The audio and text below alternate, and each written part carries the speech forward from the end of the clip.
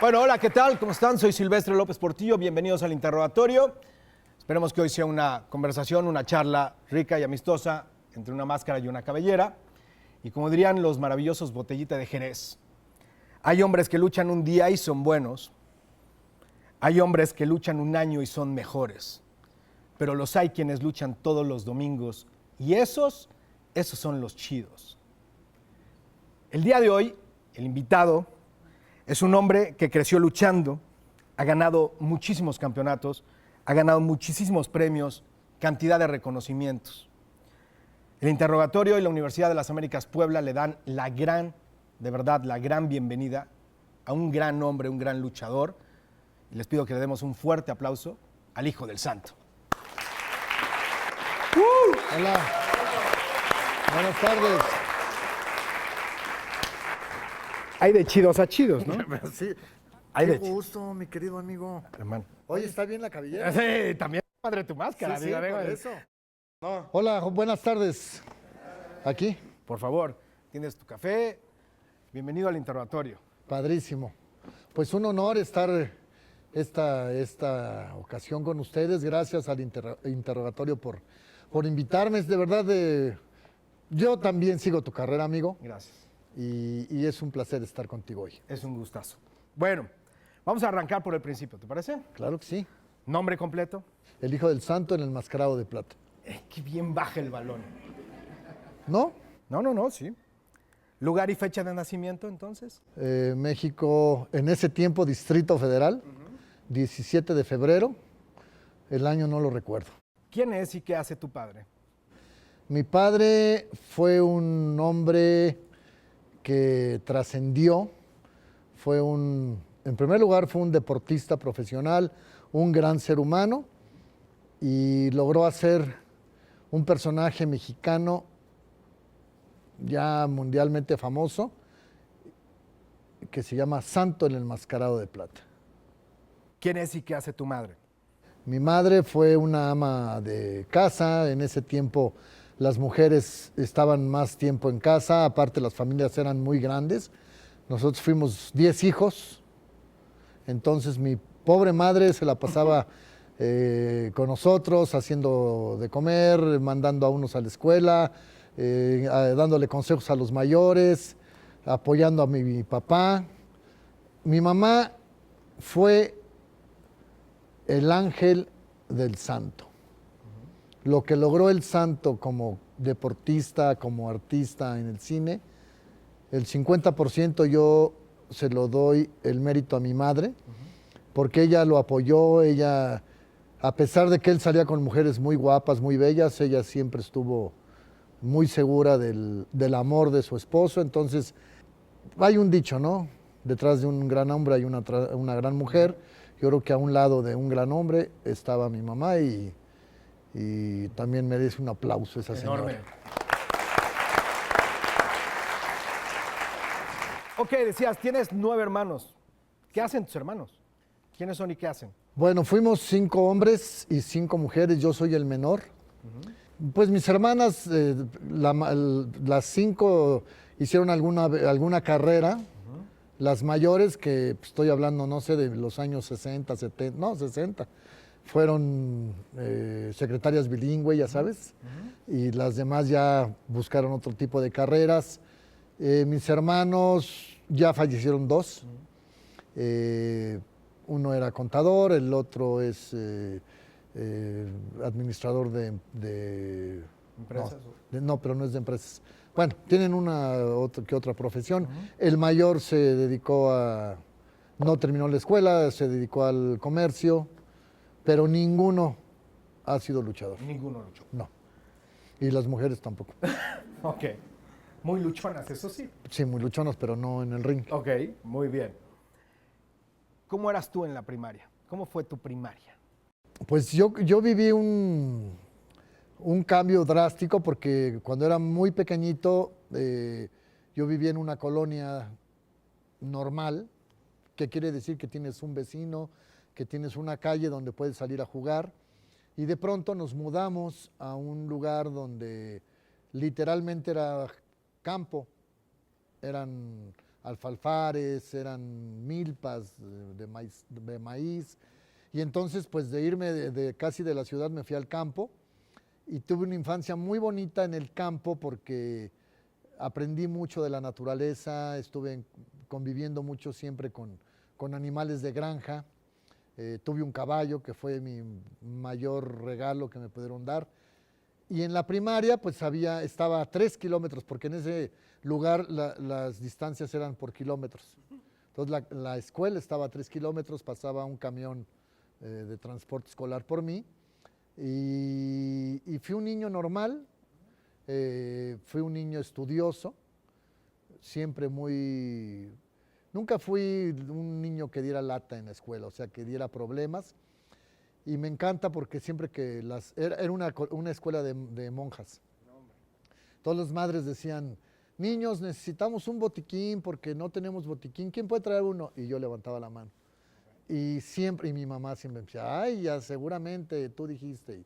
Y entonces yo era el que cooperaba mucho, ¿no? Ok.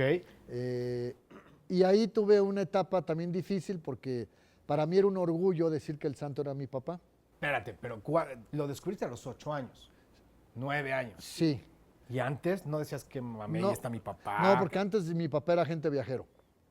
¿Eso te dijeron? Eso me dijeron a mí, yo lo creí, pues uno le cree a los papás. Pero nunca dijiste mi papá, mira, No, es que a qué mí me cuerpazo decían- de mi padre. A mí me decían, no, porque mi papá siempre se iba con una maleta y regresaba con maleta. Entonces mi mamá me decía, si te preguntan a qué se dedica tu papá, diles que es agente viajero.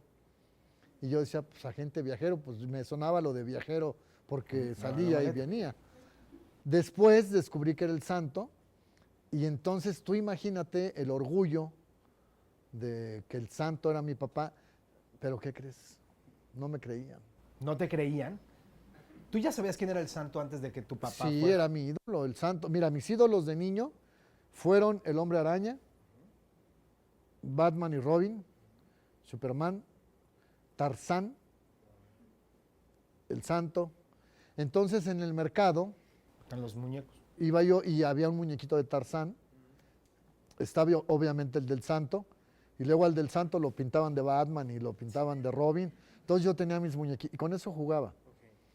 Y cuando descubrí que el santo era mi papá, pues era uno de mis muñequitos. Entonces fue un gran orgullo. Todos los demás hermanos, ¿tú fuiste el último en enterarte que era el santo? Lo que pasa es que como conforme ibas creciendo te iban diciendo, ¿no? Nunca te pusiste a pensar a esa edad, oye, ¿dónde están los coches, las mujeres, las naves? No, porque ya cuando te enteras, ya mi mamá nos iba explicando más. Ya entendíamos que era, bueno, yo al menos, ¿no? Que una cosa eran las películas. Lo que sí me gustaba era entrar a su despacho. Era otro mundo. Era un mundo de fotos, de máscaras, de trofeos. Estaban sus capas. Literalmente era otro mundo.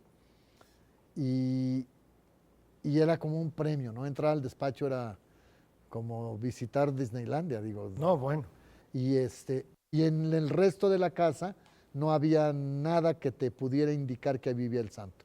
¿Cómo es la primera vez que entraste a un set de cine con tu papá?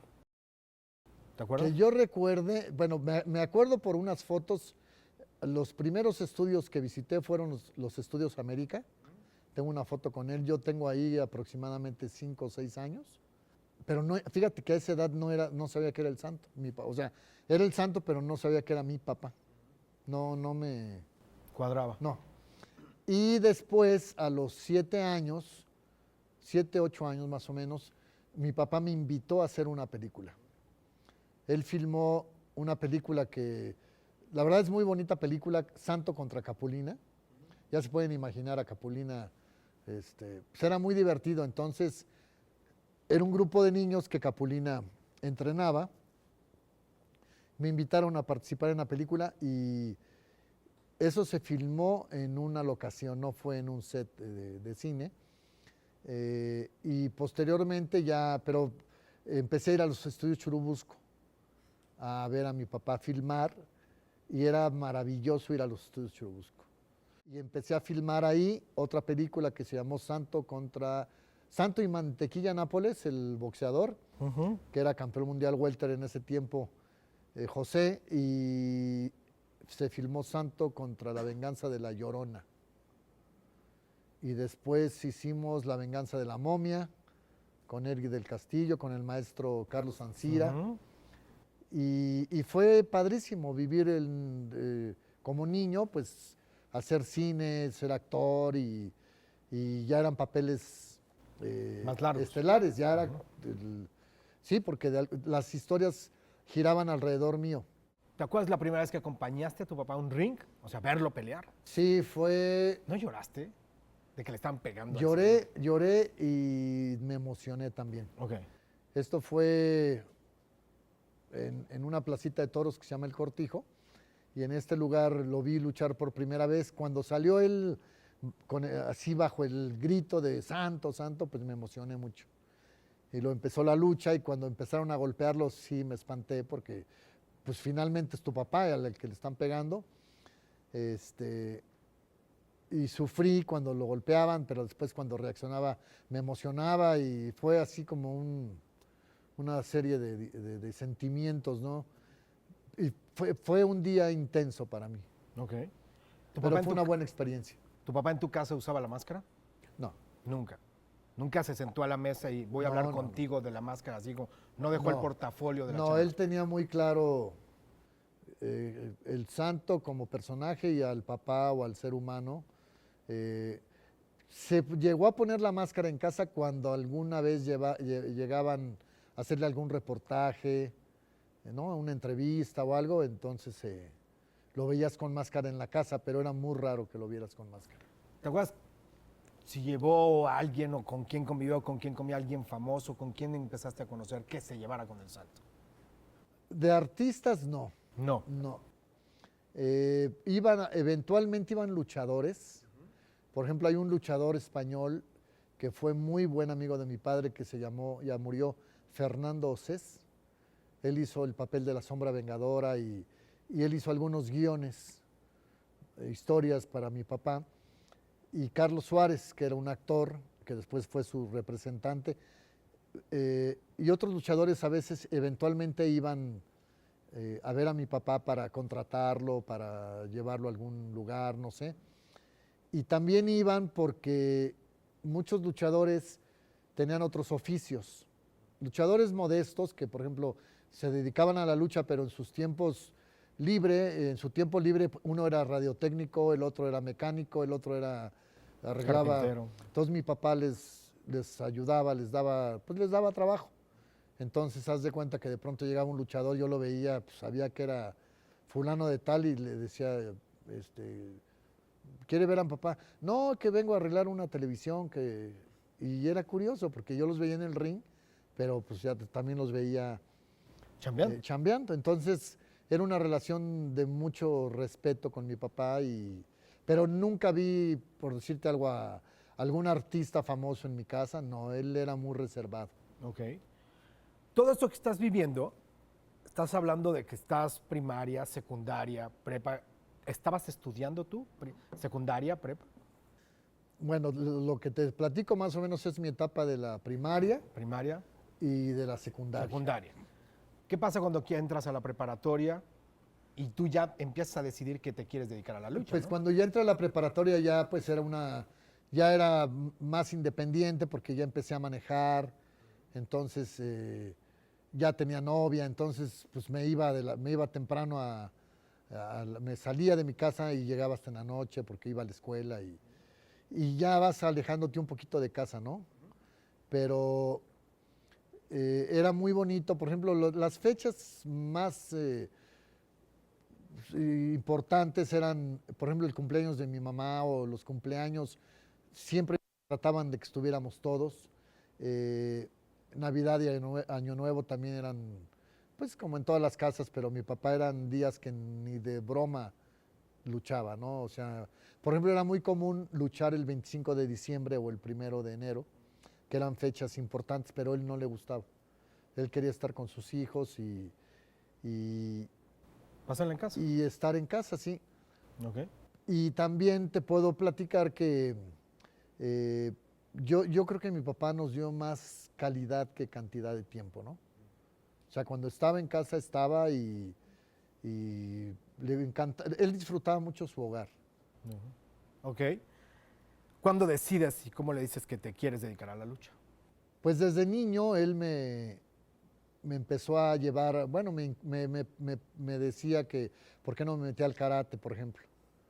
En ese tiempo el karate y el judo eran, Wow. sí, wow. Entonces, pues órale, me metí al judo, al karate, luego me metí a la alberca olímpica a aprender a nadar, pero con maestros que eran profesionales, eh, y me empezó a gustar el deporte. Y el deporte, finalmente, el judo y el karate son deportes de contacto. Entonces, me gustaba jugar luchas con mis hermanos. Y jugábamos luchas en la cama, ya sabes, que brincas. Y mi papá se enojaba porque los regañaba y le decían, lo van a lastimar y lo van a lastimar. Y un día le dije, quiero entrenar, quiero aprender a luchar. Me dijo, estás loco, no vas a luchar. Le dije, pero ¿por qué no? Pues quiero entrenar, quiero aprender. Y él mismo me llevó a la Arena México con el profesor Rafael Salamanca para que me enseñaran pues lucha olímpica, lucha intercolegial, las bases de la lucha. Pero no quería que me enseñaran lucha libre. Y cuando yo estaba en el gimnasio, en Arena México era un gimnasio privado. Nada más entraban luchadores y gente que estuviera cerca de la lucha, como en el caso mío. Pero entonces yo escuchaba las historias de los luchadores que yo veía luchar en las gradas. Yo me sentaba en las butacas y veía a Ringo Mendoza en ese tiempo, a Lismark, al Fantasma, y yo los admiraba y luego los veía en el gimnasio, ya sin máscara. Pero yo, uy, era bueno. Y decía, este es el Fantasma y este es fulano. Yo Cachabas. me los cachaba y me gustaba mucho escucharlos platicar de los viajes que hacían. Ya sabes, llegaban ahí era la plática de cómo te fue allá y cómo estuvo acá. Y empecé como a sentir esa necesidad pues de hacer lo mismo que ellos, ¿no? De mi papá viaja, lucha, ellos también. Y entonces me empezó a entrar la idea de ser luchador profesional. ¿Por qué escoges ser el hijo de Tarzán? Primera historia, platícales Bueno, qué hiciste. Víctor Martínez es un fabricante de máscaras. Él fue el que me sugirió. Él en ese tiempo le trabajaba sus máscaras a mi padre, te estoy hablando de los años ya de 1980. Y Víctor me dijo, yo ya estaba entrenando, entonces me dijo, ¿por qué no luchas? Y le dije, no, ¿cómo? Pues todavía no estoy listo. Y me dijo, pero no vas a aprender, si no luchas en un ring no vas a aprender, o sea, la práctica, ¿no? Es como los universitarios aquí. Hacer esto implica práctica, así es como se aprende, ¿no? Entonces, yo debuté muy cerquita de aquí en Tlaxcala, en Santana Chautempan. Y él me dijo, te vas a poner Korak. Él me dio el nombre. Pero yo sabía que Korak era un personaje de una historieta y realmente él fue el que me sugirió el nombre.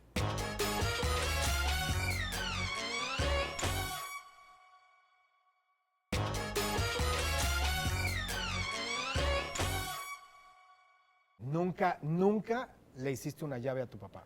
No hasta que hicieron un reportaje con Jaime Maussan, en donde hay escenas donde yo estoy haciendo maromas.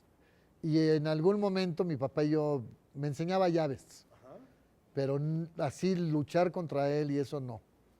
No, él era como el que llevaba la batuta, ¿no? Y me decía, a ver, esta llave se hace así y así, y no me dejaba que yo le aplicara a él. Él como decía, a mí no me toques, yo te hago lo que quiero y tú aprende, Aguante, ¿no? o aguante. Pero fue muy importante porque regularmente cuando estamos jóvenes, incluso niños, y soñamos con ser músicos o con ser cineastas, a lo mejor muchas veces los papás te dicen que estás loco, ¿no? Pues sí. Te dicen, no, no, no, no, tú vas a ser bombero, tú vas a ser arquitecto, y te truncan ese sueño, porque no crees alcanzarlo. Sin embargo, mi papá me alimentó ese sueño sin abiertamente decirme, te dejo ser luchador, pero como que él me fue llevando. Y eso logró que yo tuviera confianza en mí para atreverme a subir a un ring. ¿Cómo es la charla en donde te dicen no seas el hijo de Tarzán, sé el hijo del santo? Pues ese día nos enojamos, bueno, se enojó conmigo porque me descubrió que estaba luchando a escondidas de él y entonces me dijo que me iba a hacer un examen. Después del examen ya pasaron, no sé, algunos días y yo pienso que él ya más tranquilo dijo, bueno, pues si va a ser luchador no lo voy a evitar. Entonces me citó y me preguntó que con qué nombre luchaba. Ya fue cuando le comenté que como Korak. Y le dio risa, ¿no? Porque dijo, ¿y ese qué es? Entonces yo le dije que era el hijo de Tarzán. Y le dio risa y me dijo, ¿el hijo de Tarzán? Me dijo, no, pues mejor el hijo del santo. Y no le dije que no, ni lo pensé. Luego me puse la soga al cuello y dije, va, sin pensar en el compromiso, en lo que podía suceder, ¿no? Y le dije que sí, y pues así inició ¿La leyenda? pues la aventura, Pues la la historia. travesía, sí. En el programa de 24 horas de Jacobo Saludowski, el santo se quita la máscara. ¿En algún momento les dijo o te dijo que lo iba a hacer? No, este tema es importante, es interesante porque mi papá, nos hicieron una entrevista el periódico Excelsior en 1980. Yo todavía no luchaba, pero ya me presentaba él de repente con la máscara. Y hay con el Excelsior, con el fotógrafo, le preguntan papá que si nunca se ve quitar la máscara. Y mi papá le dijo, no, pero si quieres te enseño tantito. Y se levanta la máscara hasta aquí. Y le toman una foto. Y el muchacho le dice, ¿la puedo publicar? Le dijo, pues sí. Entonces le ve medio rostro al santo. Después, cuando mi papá decide despedirse de la lucha, hace una serie de entrevistas y había un programa de don Guillermo Ochoa, que era hoy mismo, y mi papá se levanta la máscara a la altura como lo hizo con Jacobo, pero Guillermo Ochoa pues, le dio risa y le dijo, santo, por respeto a usted, no voy a congelar la imagen. Y fue como una broma y pasó. Después fuimos con Ricardo Rocha. Ah, con Ricardo. En el programa que tenían anoche y mi papá hizo lo mismo. Entonces ya lo agarró de vacile, ¿me entiendes? Ya lo agarró de, ay, aquí estoy, aquí estoy. Pero con Jacobo fue diferente porque cuando hace mi papá esto, en 24 horas, esto fue en Contrapunto, y en la noche, en el noticiero de 24 horas, dan la noticia de que el santo se quitó la máscara en exclusiva y no era cierto, porque congelaron la imagen. Entonces, ahí mi papá así como que se molestó porque dijo, oye, yo estoy vacilando, no estoy... Y entonces, pero pues Jacobo fue finalmente el más listo de todos porque logró hacer toda una noticia, pero realmente mi papá no lo hizo con la intención de desenmascararse, lo que pasa es que congelaron la imagen. ¿Cuándo fue la última vez que platicaste con tu papá? La última vez que platiqué con mi papá fue el 3 de febrero de 1984. ¿Qué te dijo? Era un viernes. ¿Qué platicaste con él? Muchas cosas. Porque yo ese viernes me iba a ir a Acapulco. Yo luchaba en Acapulco el domingo 5 de febrero. El día que él se murió, yo estaba en Acapulco, luchando. Y el viernes me fui, pues estaba soltero, estaba jovencito, entonces, pues ir a Acapulco era pues playa, ya sabes, ¿no? Sí. Entonces, luchar, entrenar. Sí. Entonces me dijo mi papá, ¿por qué te vas hoy si luchas el domingo? Le dije, pues quiero ir a la playa. Y entonces me empezó a decir, empezó a dar una serie de recomendaciones. Me dijo, pues no tomes, por favor, no quiero que andes, no te desveles, ta. Y luego me empezó a decir muchas cosas que de pronto yo le decía, papá, pues nada más voy a ir a Acapulco, no me voy a ir a otro lado, o sea, no, nos vemos el lunes, ¿no? Pero fíjense qué cosa, o sea, cuando una persona presiente algo, ¿no? Yo pienso que él se estaba despidiendo de mí para siempre. Y yo me estaba despidiendo porque me iba a Acapulco. Pero tal vez él presentía que ya no me iba a ver.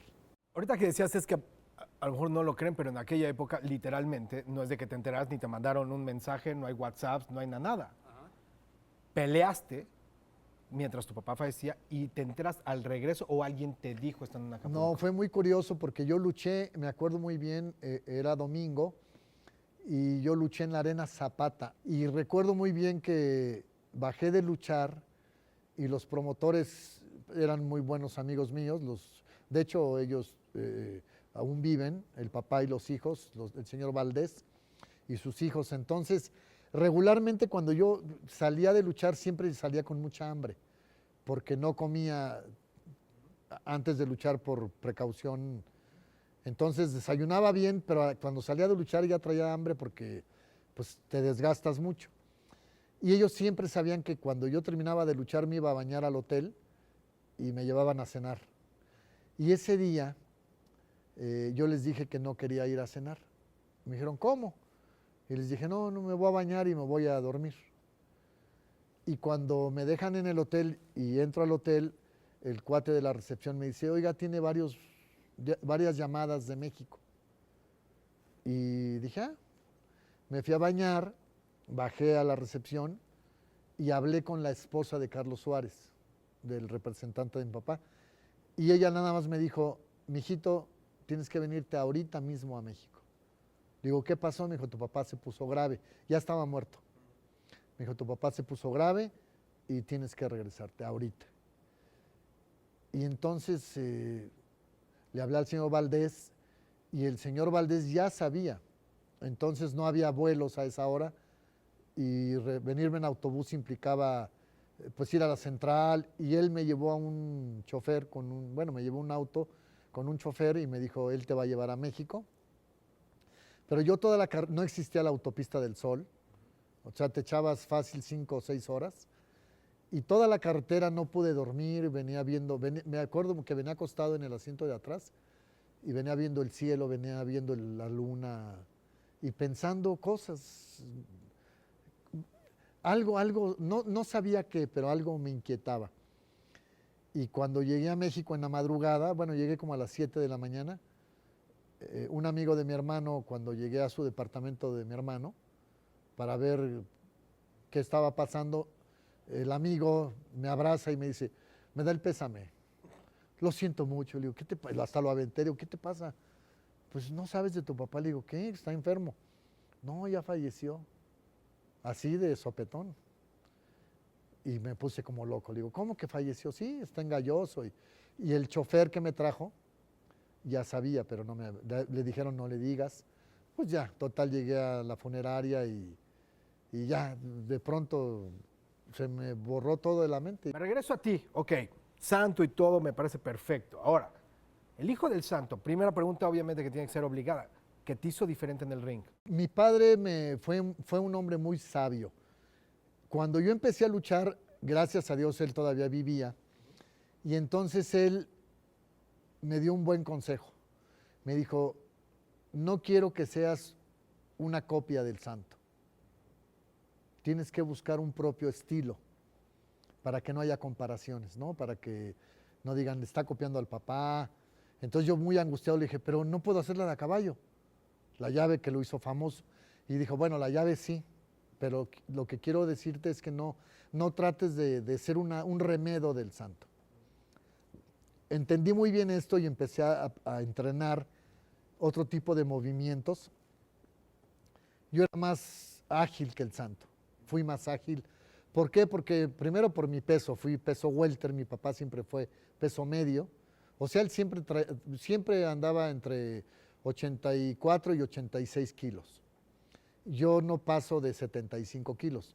O sea, soy más ligerito, soy más bajito, entonces tengo la facilidad de brincar y de hacer cosas más espectaculares. Y eso marcó la diferencia. Porque decían, pues el hijo del santo es más ágil, es más espectacular que su papá. Entonces eso ya logró que la gente le gustara mi estilo, ¿me entiendes? Has ganado muchos campeonatos de la lucha, muchísimos campeonatos. ¿Cuál ha sido el más difícil? Yo creo que el primero que gané porque en ese tiempo yo era peso ligero, el campeón mundial era el Negro Casas, y el Negrito Casas fui su cliente como un año. Lucha que era de campeonato, me ganaba y me ganaba y me ganaba, y, y yo no quería perder, ¿me entiendes? Yo siempre decía, pues, yo tengo que, y no podía con él. Y finalmente en octubre de 1984, la empresa del toreo me invita nuevamente a disputar el campeonato y yo ya no quería. Porque decía, es que no puedo con él y me decía, no, pues, no pienses así. Y gané ese día, fue mi primer campeonato, pero me costó mucho trabajo tenerlo. Y bueno, todos los campeonatos son difíciles de obtener, ¿no? Porque siempre es una batalla. Y hay un campeonato que yo le tengo un gran cariño y es un campeonato, la verdad, todos hablan mal de mi campeonato porque todos quisieran tener uno como ese y nadie lo tiene, que es el campeonato del CMB. El Consejo Mundial de Boxeo, obviamente ellos son de box, pero avalan otros deportes, el Muay Thai o el Artes marciales o algo así. Y don José Sulaimán, que en paz descanse, me dio la oportunidad de disputar el primer campeonato de lucha libre, o sea, avalado por el CMB, que son 149 países. Y este lo disputé en Filipinas con un japonés y lo gané. Y hasta el momento lo sigo teniendo. Pero es un campeón. Los envidiosos dicen que es de box, que no sirve. Pues ningún luchador en el planeta tiene un cinturón que se ganó en un ring. Y ese campeonato, ahora que regresé a luchar, yo quiero hablar con el CMB, con Mauricio Sulaimán, para exponerlo nuevamente. Pero es un campeonato que a mí ¿Te enorgulles? me enorgullece, pero aparte me levantó. Ok. Me dio una nueva inspiración, ¿me entiendes? Porque no es lo mismo ser campeón de la Arena México, que dicen, campeón mundial, pues ¿de dónde? De la México. Bueno, Cuapa, O de la triple A, Ajá. a ser campeón mundial del CMB, donde ese campeonato lo gané ante los 149 países, estando presentes los representantes de cada país, incluyendo a don José Sulaimán. Ok. ¿Alguna vez te has jugado, has jugado máscaras contra caballeras, caballeras contra caballeras? ¿El hecho de que estés con tu máscara, nunca la has perdido? ¿Te has quedado así? He tenido luchas donde he estado a punto de perder y la he salvado. ¿Alguna vez te has podido pensar qué pasa si pierdes como el Santo? ¿O perdías Sí, como el Santo? siempre, claro, siempre tienes que estar consciente de eso porque es un riesgo, pero también es una manera de ir sumando, de ir subiendo un escalón, porque siempre una trayectoria no nada más es porque tengas 25 años en un ring, sino a ver cuál es tu récord, ¿no? Sí, sí, sí. Entonces mi récord es de verdad, es importante. Tengo muchas máscaras y cabelleras ganadas, muchos campeonatos, pero cada vez que le expones, corres ese riesgo. Y yo siempre pensé, si algún día yo pierdo la máscara, me tengo que retirar. O sea, yo no tendría, ahora sí que cara para subir a un ring como el Hijo del Santo sin máscara. Entonces, si yo pierdo la máscara, pues en ese momento y siempre pensaba así, pero siempre decía, pero no voy a perder, tengo que ganar, tengo que ganar. Y también siento que tiene mucho que ver la mentalidad. El luchador que se enfrentaba a mí ya iba mentalmente derrotado, porque era enfrentarse no al Hijo del Santo, sino como a la máscara, ¿no? Como el Santo es invencible y pues a ver si lo logro y a ver si lo logro. Y tu papá una noche anterior se les ha de haber aparecido a 2 que 3. Seguramente. Entonces, tiene que ver mucho tu mentalidad para ganar una lucha. O sea, para obtener el triunfo, pues la mente es muy fuerte, ¿no? ¿Has pensado en el retiro? Sí, claro. ¿Cada vez más seguido? Sí. Sí, porque tengo una lesión Bueno, ya salí de esta lesión en la médula espinal.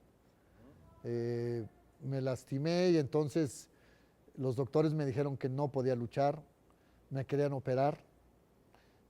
Estuve viendo todos los doctores que te puedas imaginar, incluso tuve que irme a Houston, pero en Houston definitivamente 5 doctores me dijeron, no te operes, no necesitas operación porque si te operas es una bolita de nieve que al rato es la otra vértebra y al otro, no te operes.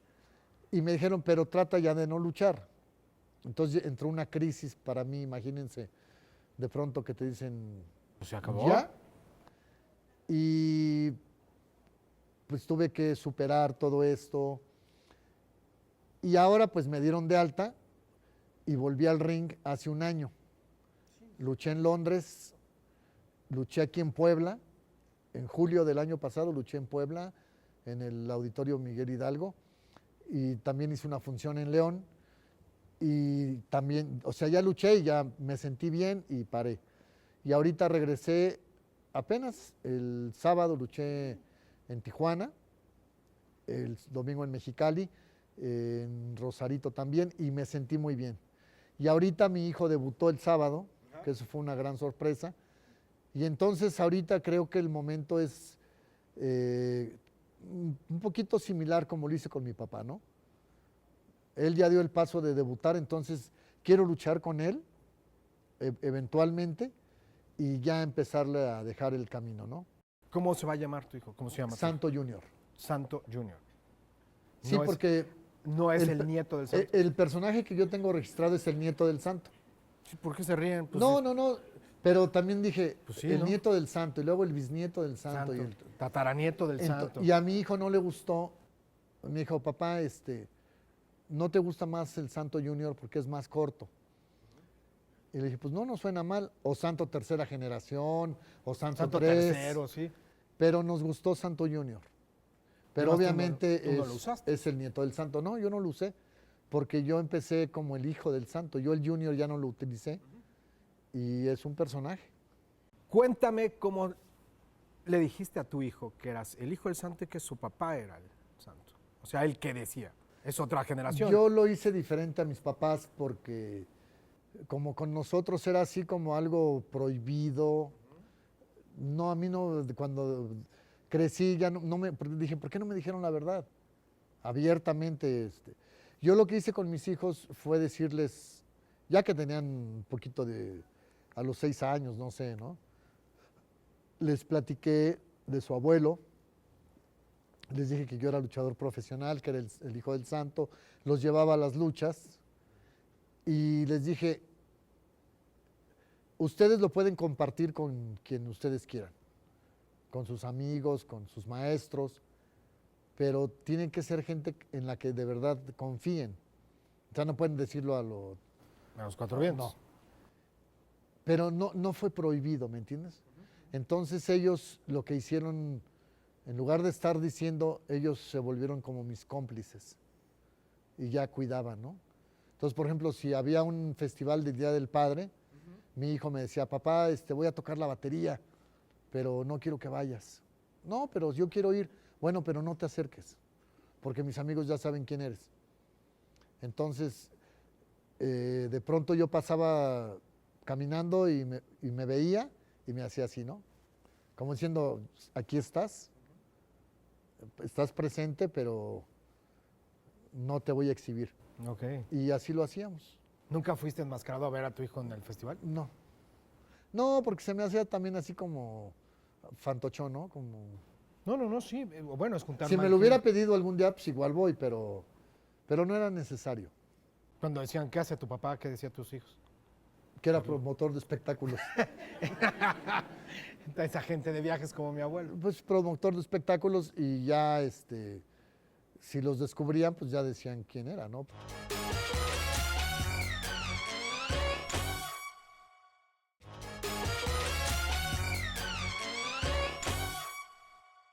Para cerrar, tengo que entrar en el cierre del tema. Cine, obviamente. ¿No crees que ya el Santo se merece una película?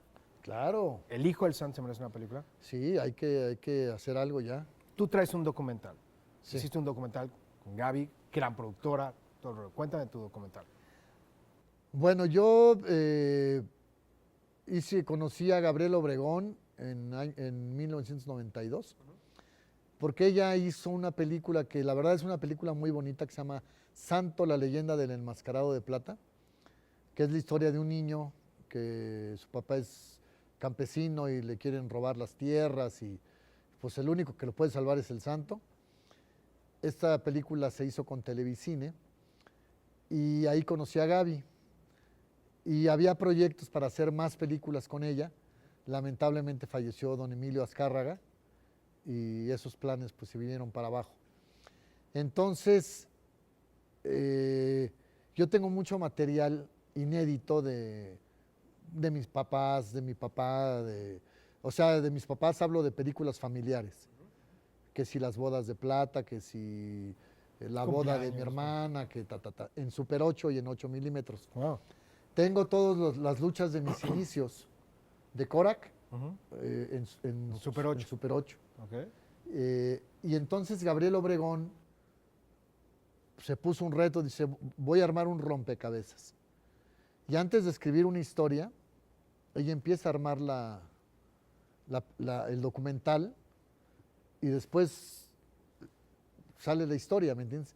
Y queríamos que la dirigiera, posiblemente, bueno, uno de los posibles directores era Carlos Carrera, pero Carlos andaba en un proyecto de una animación, me parece. Que todavía sigue, sí. Fíjate, todavía sigue. Sí. Y yo le dije a Gabriel Obregón, ¿sabes qué, Gaby? No necesitas, tú la puedes dirigir. Me dice, yo no soy directora, yo soy productora. Le dije, pero tienes muy claro lo que quieres hacer. Y pues fue su ópera prima y la verdad lo hizo muy bien. Tanto como en la música, como en la historia, todo me parece que es una joya. Un gran archivo. De verdad que sí. Esperemos que ya la veamos pronto. Y ahora, este documental ha viajado en festivales de cine y de pronto llegó a un lugar donde estaba Alex de la Iglesia. Alex de la Iglesia, ¿qué será como un Almodóvar en otro género? En el género es de los importantes, claro. de fantasía, de cine fantástico. Es una locura. Bueno, Alex de la Iglesia, otro. Sí, Alex vio el documental y le fascinó. Alex es español. Y tiene un humor impresionante. Pues ya nos conocimos, ya nos reunimos, ya me invitó a Madrid y con Alex vamos a hacer algo fuerte. Yo espero que ya está trabajándose todo. Okay. Ahora ya empezar a trabajar ya en forma, yo pienso que será en el 2017, yo creo que por julio. Dentro de un año seguramente ya vamos a estar empezando a filmar.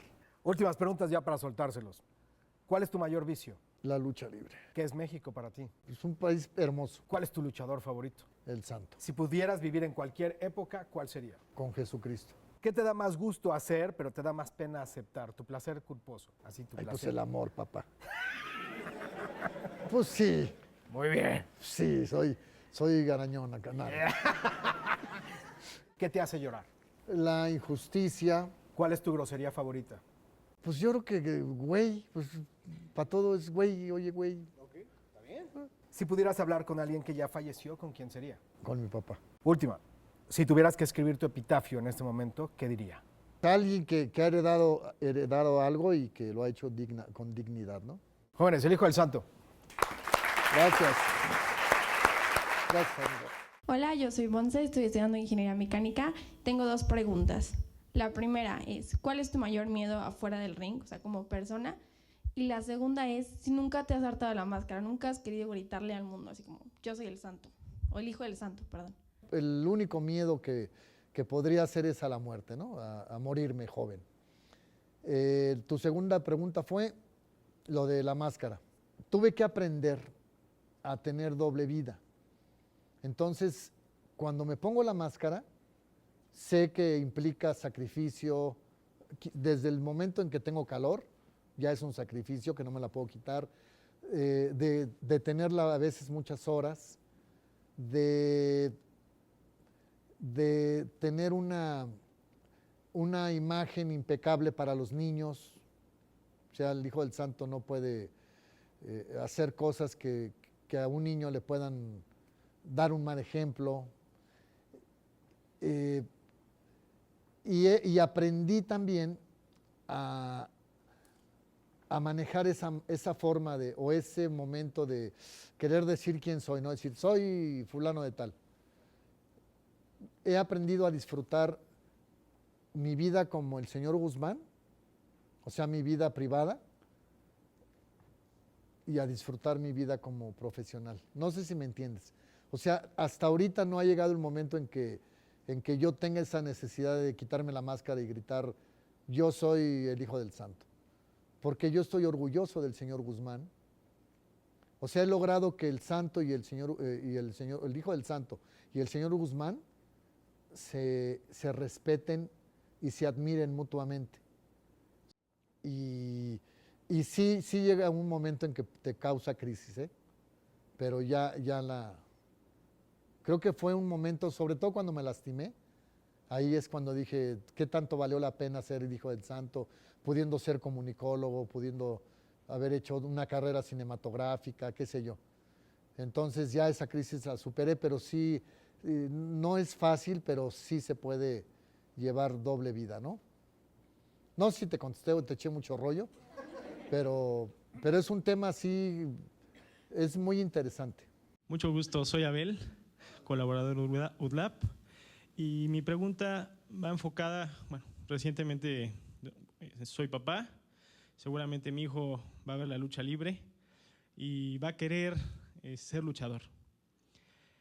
¿Qué le dirías a esa juventud que anhela o que quiere llegar a ser luchador? ¿Por dónde empezar? ¿Qué hacer? Pues mira, yo le diría a la juventud algo que mi papá me dijo. Mi papá fue un hombre muy sabio, de verdad, digo, un hombre que vivió tantas cosas que pues los hombres van adquiriendo experiencia con los años. Mi papá, y se lo agradezco, me insistió mucho en que terminara una carrera universitaria. ¿Por qué? Porque me distinguió del gremio luchístico, ¿me entiendes? La mayoría de los luchadores vienen de extractos muy humildes y no tienen oportunidad de estudiar. Entonces mi papá me dijo, termina tu carrera, me dijo, eso te va a servir mucho y la lucha libre no es eterna, no sabes si vas a durar activo 20 años, 10 o 30 años o más. Y a mí me ha funcionado. Entonces yo, tomando ese ejemplo y esas palabras, yo le diría a tu hijo que me encanta la idea de que sea luchador. ¿Por qué? Porque el deporte te aleja de hábitos negativos como las drogas o los vicios, ¿no? Pero le diría primero que estudiara. Yo le diría, ok, estudia, haz una carrera universitaria o haz algo que a ti te haga ser una persona valiosa en cuanto a tu nivel cultural, etcétera. Y que si quieres ser luchador, que lo haga bien. Bueno, yo soy Raúl de Comunicaciones. Increíble tu humildad, la verdad. O sea, me esperaba una persona como más payasona. Sí, así piensan, ¿verdad? Estabas hablando mucho, y es lógico, esta doble vida que llevas, que tuviste que aprender a manejar. ¿Nunca le ganó la máscara a tu persona? O sea, nunca, más en estos tiempos de que mencionaste que eras rudo, ¿nunca perdiste el suelo o perdiste tu humildad? Fíjate que tal vez al principio, mira, yo aprendí a tener los pies en la tierra porque mi papá me enseñó a tenerlos en la tierra. Él se caracterizó por eso, por ser un luchador muy accesible con el público, con los medios, con sus compañeros. Si en algún momento yo me la creí, él se encargó de ponerme, pero fue muy al principio de mi carrera. Entonces, me dio buenos consejos como decirme que, por ejemplo, algo muy bonito que me dijo fue, yo no sería lo que soy si no fuera por mis compañeros, porque yo no lucho solo. O sea, yo lucho contra los rudos, que son estos y los técnicos, pero abajo de su lucha había luchadores muy modestos que eran el complemento de un cartel. Entonces él me decía, tienes que ser con todos tus compañeros muy cercano, muy humilde.